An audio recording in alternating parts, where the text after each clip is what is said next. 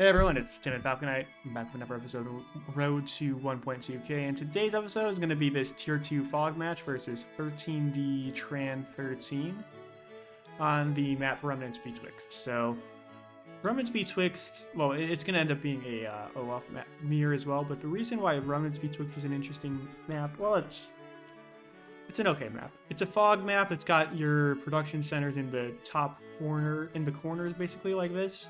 And you've got an extra airport as well. So you can well, if you ever think about this map, it's got very, very high income. It's got like 52 total, so like 26 per player at par, which is pretty solid. And it allows you, once you have enough money, to be able to just start spamming battlecopters out of both airports if you want to. So having an extra airport here does give you a lot of flexibility with that. 2, 3, 4, 5, 6. The airports aren't quite close enough to sort of chain battlecopters together, but if you slow down your advanced battlecopter a little bit, you can get like 2 battlecopters sort of together. Or you could even do, like, if you have enough money, you can do like a fighter plus a battlecopter. And then the fighter can cover the battlecopter that way as well. At least a little bit, even though you can't really do close air support type stuff. The other thing that's interesting about this map is you have this little ocean area here, so it sort of makes it so that when you have your vehicles here, your land vehicles, they have to go down this way and down this way, so it takes an extra turn or two for them to deploy from these bases. But once you get into the center area, they're kind of home free. They can do whatever they want. You can front switch pretty easily on this map as well. So that's kind of it. I feel like the HQs are a bit too far back to be like in play.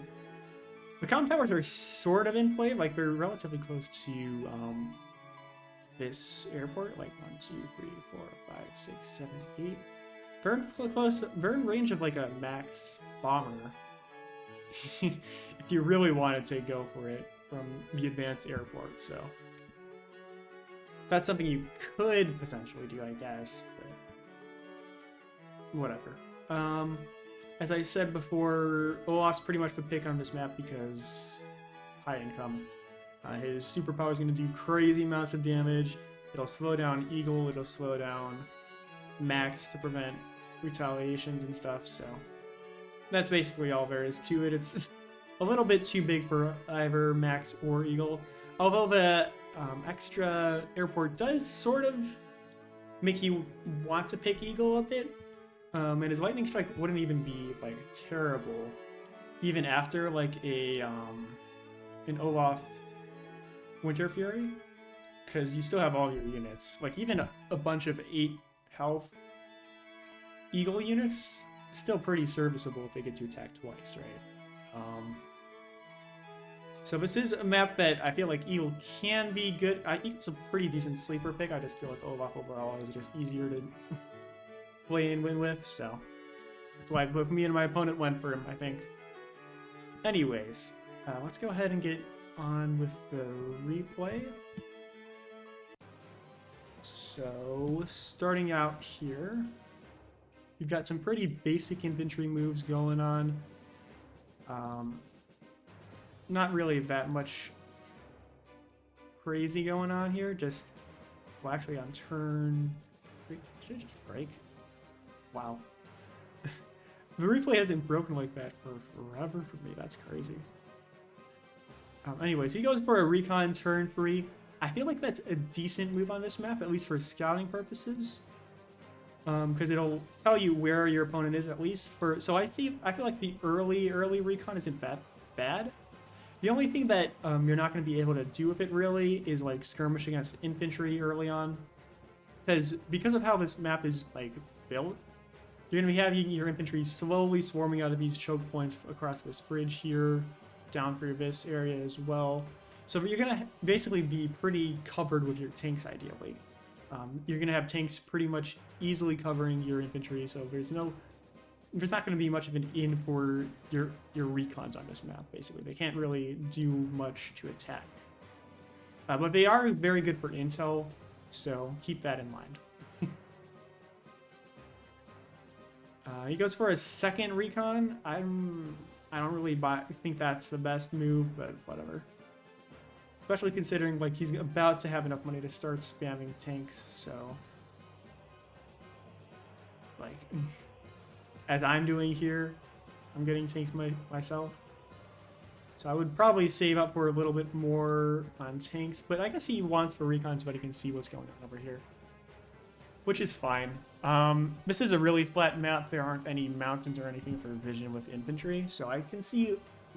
Well, the recons are pretty useful. I'm just personally, I would wait a couple turns until you have enough money to just spam them out in like 2 or 3 at a time, instead of waiting. And I would just get tanks out first, because getting a good tank base to build upon is very important early game. As you can see here, I've got a tank train already coming out here. So he's moving in with a recon. Lots of infantry so far. As far as I can tell, not like much crazy going on so far. I've got anti-air here, but as you can see here, he should have been able to see me move my tank into this forest, so Barika's not going to be able to like advance in this area quite yet. Oh yeah, he built a lander as well last turn. Interesting move. Very interesting move. I actually did not realize he had built this during the match, so until I started playing, until I like started looking at the replay. So very interesting. The lander, I feel like the lander is a decent build here as well, because you can use it to ferry units over to the mainland here. So you can bypass this the choke points here and over here, bypass like this forest. So you get your vehicles into the center a lot faster. And I feel like there's a really good amount of utility to that as well. So I don't know if it's worth like a tank and a half, but we'll see. Well, more than a tank and a half, actually. It would be basically a tank plus a recon plus an infantry. So landers are very, very expensive, meaning that if you're going to build one of these, you're going to want to be using them to ferry vehicles across here. So we'll see if he ends up getting his money's worth out of it. Oh, there is a mountain on this map. There are a couple, but we're sort of closer to your production areas. So this center area here, complete just wasteland in terms of like vision. So he's got a battlecopter plus a recon out. So far not like that bad because his lander's over here, so there's no real point in building tanks if you're going to be ferrying them over anyways next turn. So overall, still not like that bad. I'm going for the tower over here. And I've got my tank still here to cover my infantry. Got my anti-air here. Sort of in a position to go wherever I need to against the battlecopter. I will say the battlecopter, I would almost not buy it here and get tanks anyways instead, because I feel like it's maybe a little bit too early to buy battlecopters still, but whatever. It's not like the end of the world for battlecopters. Like, they're still solid on this map, I guess. It's just maybe a bit too flat for them. Like, a single anti-air can just cover up so much area in this area, in this center area. So I don't know if this is the best move right now. I will say, this though definitely should not have gone for the double battlecopter here. Like, I know you have this nice advanced airport and everything, but like 2 tanks from the lander. Like, come on. Come on, you've got to use your lander with your with tanks basically. Some type of tank, please. That's what you bought it for. It's the whole point of buying it. Got a nice line of infantry right here, I guess. But yeah, I've got a lot of tank coverage right now. So looking at what I've got built so far, right? Me versus my opponent. He's got 2 battlecopters, a single tank, and then a handful of recons. Whereas I've got like 1, 2, 3, 4, 5, 6, 7 tanks and an anti-air, and a battlecopter. So right now, I'm sort of in a bit of a good spot because I've got the anti-air in position to ward off his battlecopters anyways, making them sort of ineffective. I've got my tanks in position to deal with his recons and his one singular tank, so overall, like, not that crazy here. He moves his recon in there. He takes out my infantry with recon plus tank, which isn't, like, awful, I would say. It's not, like, that bad. As you'll see here, I'm not sure it's going to end up paying off. So he does get an arty and 2 tanks, which, honestly, at this point, I would probably just go for 3 tanks. Because what are you going to do with an artillery on this map? Nothing. Like, just get 3 tanks, bury them wherever you want, because you have the money for 3 tanks as well. Unless he's saving up for something next turn, maybe, but... well, actually, he'll have 22k. That's not enough for any building, like, everything next turn, though, anyways, so... Not sure exactly what he's doing. I get this first strike here with my tank. Not, like, the greatest one in the world, but whatever. It's not, like, god-awful. I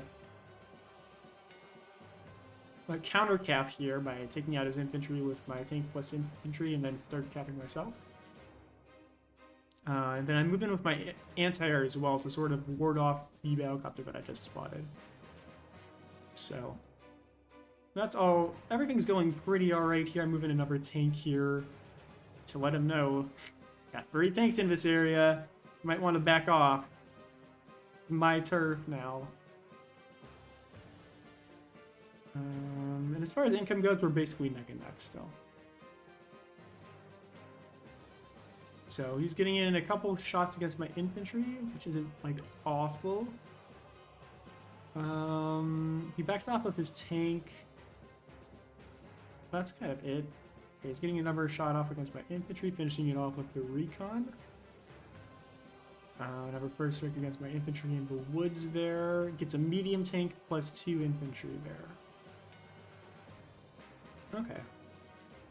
He still would have been able to buy it if he had gone triple tank there, but I guess he wants to be arty for some reason in this insanely freaking flat map, but it is fog, so there is a little bit of utility to having an artillery, I guess. I go for the cap on his comm tower there, take out his tank, start capping, take out his infantry, take out his infantry, take out his infantry. Like, he's pretty exposed in this area because he didn't end up sending any tanks over here, so I've got plenty of room to just go ham over here. Move in with the tank, first strike, basically take out that infantry. Got 2 battlecopters. I see this one as well, so I'm going to basically just move my battlecopters in range to cover my other units here. I've got this one in range of my anti-air, so he can't really do anything against it because of his own battlecopters. Because I'll just shoot them down with my anti-air, basically. So he'd be throwing away his battlecopter for nothing. He does use this to ferry in the medium tank, which isn't bad. Pretty good. It's saves him. Like, it would only be around here. So I think that's like an extra turn or 2 of movement to get it into the center here. Which is not bad. I'd say that's decent utility from the lander. But right now it's only, that's like 28k total to just move this medium tank into position. Whereas he hasn't really done much else with his lander. If he had been ferrying tanks across the channel here this entire time with it, I'd say it would have been and it ended up being a lot more effective, but so far not that crazy. He does move in with his battlecopter there. I'm not sure.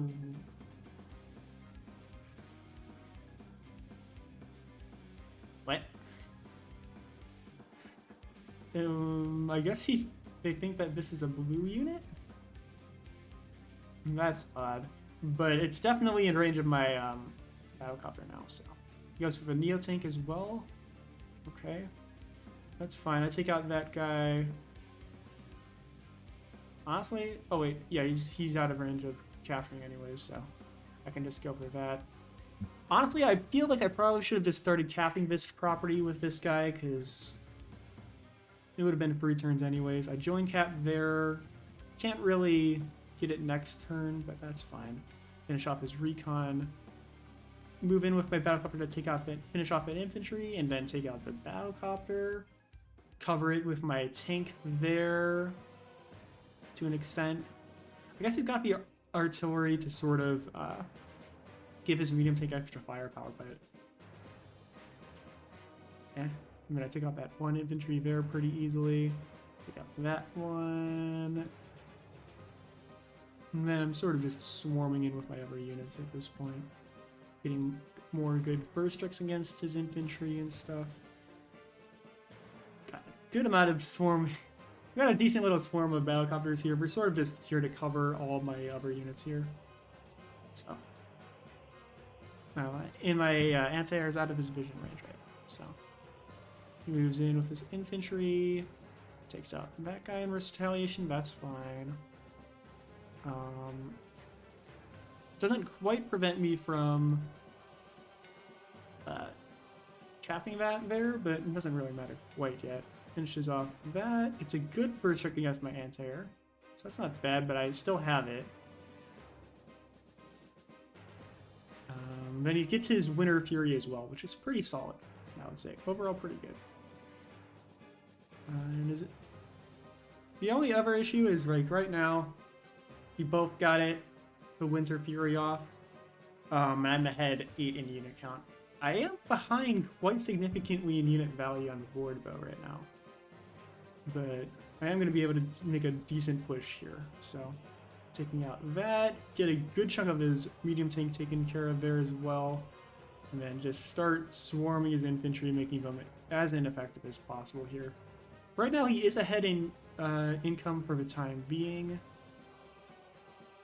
I take out his artillery there and his tank, more or less. One of his tanks plus this one, most of this one. Moving this guy sort of in position to start capping that guy next turn. This guy still gets to have a nice free turn cap, and there's no enemy vehicle in sight there. Oh, that would be polite. It's because he built units last turn. That would be whammed down in value. Yeah. Jesus Christ. Okay. He's down to 67. So 67 to 110. He's not very good. It's not very good at all, I must say, for my opponent here. He does finish off my infantry here, mostly. Moves in with B. He takes out my weakened tanks there, which isn't bad. But he is sort of on the defensive in this area at this point.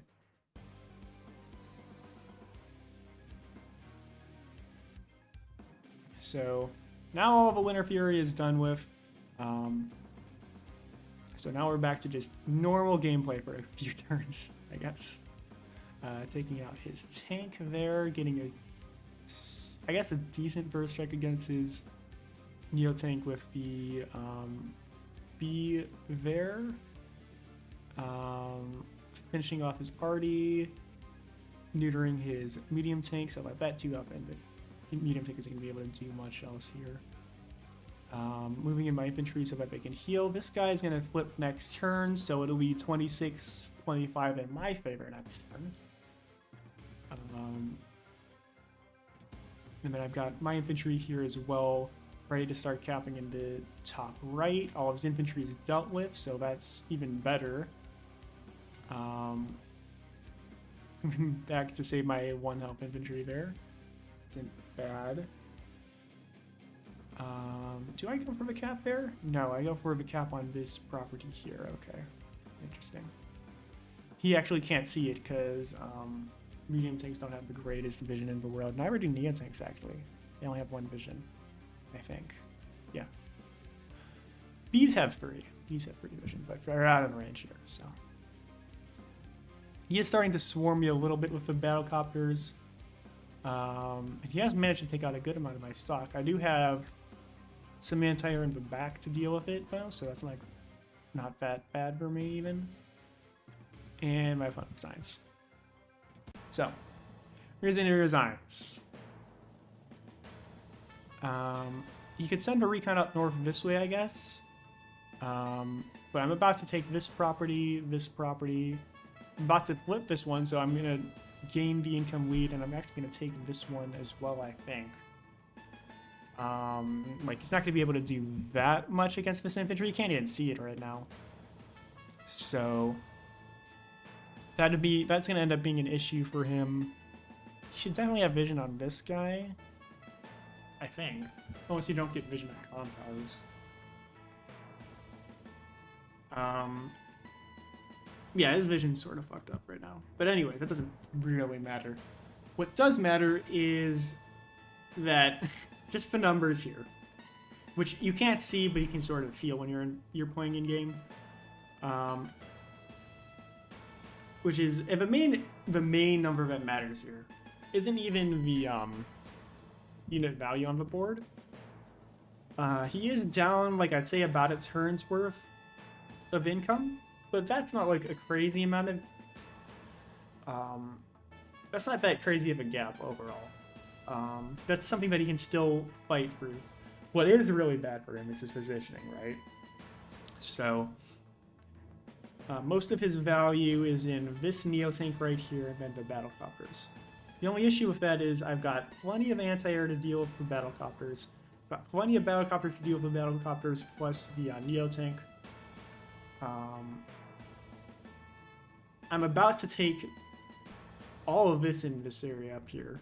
Even if he sends this guy north to try and interrupt that a little bit, like, he can delay the inevitable, but I'm going to be able to just swarm in this area. I've got a transport copter even starting to ferry these infantry to these properties over here. So he's already going to need to start diverting some resources up to deal with that. Well, he has to send resources up to deal with that, and he's also to send resources over here to deal with all of this. Like, I'm not sure what he's gonna thinking he's gonna be able to do with the medium tank. He could probably retreat to like there, I guess. And then it would be out of my reach, but then he'd have a basically useless medium tank that he'd have to fix up. Which after a couple of turns, it'll be healthy enough to deal with tanks at least. That's not awful, but I've just done enough damage to his unit count to a point where I don't think he's going to be able to bring it back. Now, what I liked was the Lander build, actually. I did really like that Lander build. I thought it was very interesting.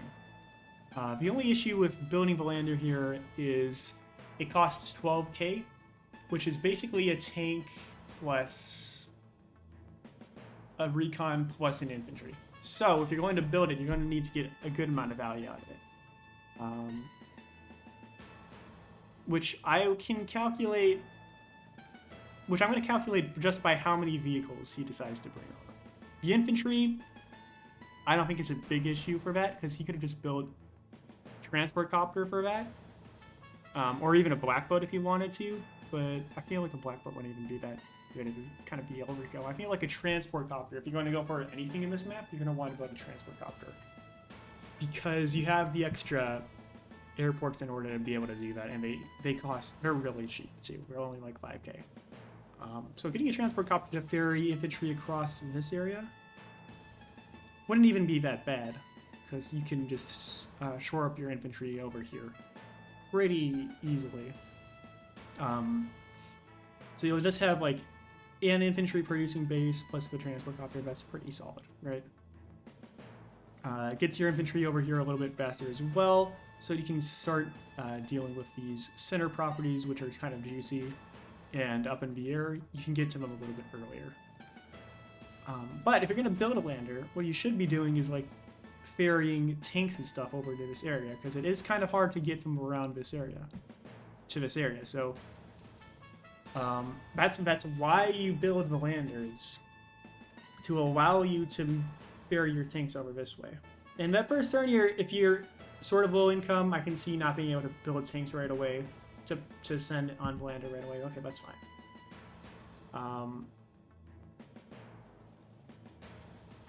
So that's that first trip. That's fine. That's whatever. I'll say that's 2k worth of value out of it. This next turn, you definitely should have built tanks, like, at least 2 to send this way. Like, the battlecopter wasn't going to do that much anyways, because I've got anti-air. It's a flat map. There's not really much room for them to hide. So 2 tanks here would have been amazing, because that would have warded me away from this area entirely, basically, with my tanks. They would have got a good first strike in retaliation for taking out the recon, but instead he's got this area completely exposed to me because he hasn't been building tanks all match. So then he gets his tanks, that's fine. Then he goes for the medium tank. The medium tank is solid, I will say, so that's 16k total. I would say moving it over this way for a turn. Well, actually, no, I'd say if it's probably worth 5,000-ish. Moving the tanks would have been worth a lot. So I was able to just go ham in this area with the tanks here for no real cost to myself. So that ended up costing a lot of money for him. Had he had tanks in this area, that would have prevented that. So that would have been really helpful. The medium tank here, does the medium tank even get any value really? Not really. It like takes out a tank and then it sort of just becomes useless. So the medium tank wasn't even that useful. The neo tank was fine, but it was able to move in by itself. So there's no real advantage to the transport doing much. Honestly, had he built like a black boat instead, I know it's like, that's an extra 5k you can play around with. That would have been enough for extra tanks and stuff. It would have been enough to the point where he could have gotten, oh, where is it?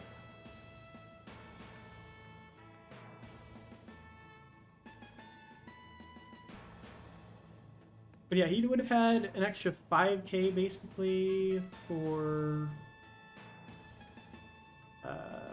this turn.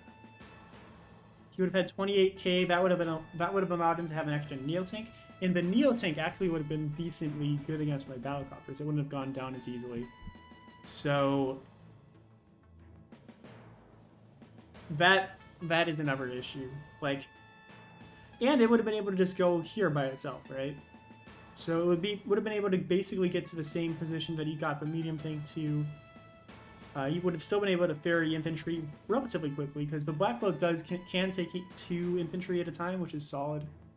But yeah, I would say overall, black boat probably not worth it, even though you can get some utility out of it. It just costs too much. It's like a tank. It's worth a tank, the same amount as a tank. So just building all this stuff is solid. But if you're going to go for the lander, you need to build stuff that is going to be able to utilize the lander. So you sort of need to send stuff over. A neo tank in this, moving out of this would have been pretty solid as well. But I feel it would have sort of met the same fate as a medium tank, at least to an extent. At least to a little bit of an extent. But it would have been, that extra 1 move, it does make a difference in this area. Anyways. Very interesting moves with the lander, though. Very interesting build. I just don't think it ended up being worth enough in this match to. He didn't end up using it enough. I think he should have used like if you're gonna build a lander, you need to build vehicles to send it in, to send out this way. And then I feel like he built the battlecopters too early as well. Was another issue. But anyways, that's it for today. Next week's match is going to be another Olaf, Mirror, and Fog, so on a different map. I forget which one it is. I guess just stay tuned in for that, and like and subscribe and all that other nonsense, and I will see you guys in the next one. So yeah, see you later.